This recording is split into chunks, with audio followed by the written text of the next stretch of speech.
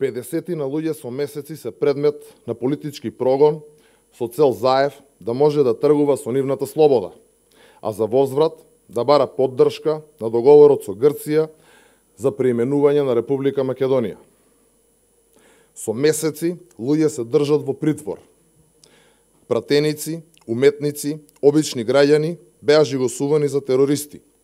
Невини луѓе станаа жртва на прогонот на Заев. Ова јасно покажува дека власта не само за 27 април, туку и за други случаи против луѓе од ВМРО ДПМН води политичка хајка само за да тргува за нивната слобода. Крајно неморално и крајно неетички. Ова е исто така и порака до судскиот систем и обвинителството. Им се суди на невини луѓе. Тоа не се терористи. На овие луѓе им е потребна правда. На Македонија и е потребна правда и правичност.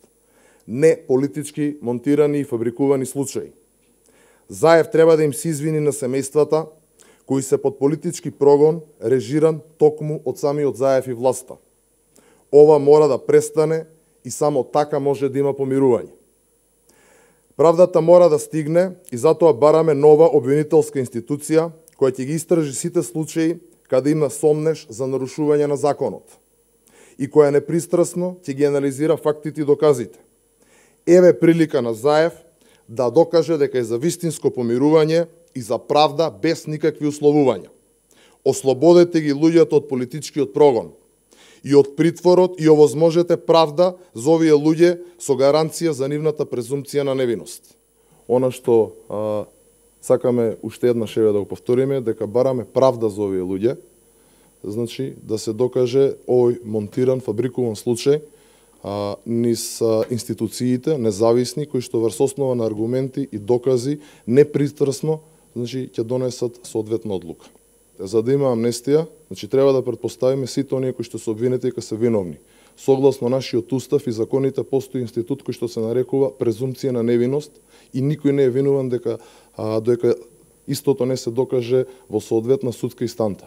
Да претпоставуваме дека некој е крив во сам старт, кога имаме неколку часови после таа изјава и никој од надлежните органи, нити од судството, нити обвинителството не излезе со никаква реакција, значи само докажува дека се една продолжена рака на власта и на Заев и колку сака може тоа да го негира, меѓутоа со денешниот говор токму тоа го докаже.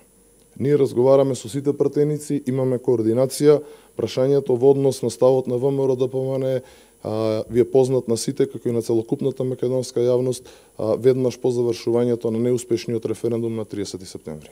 Денушев, дали може да констатираме дека го отфрлате предлогот на Заев за амнестија? А видите, како што кажа веќе, не станува збор за амнестија, станува збор за правда. Правда во еден фабрикуван и монтиран случај.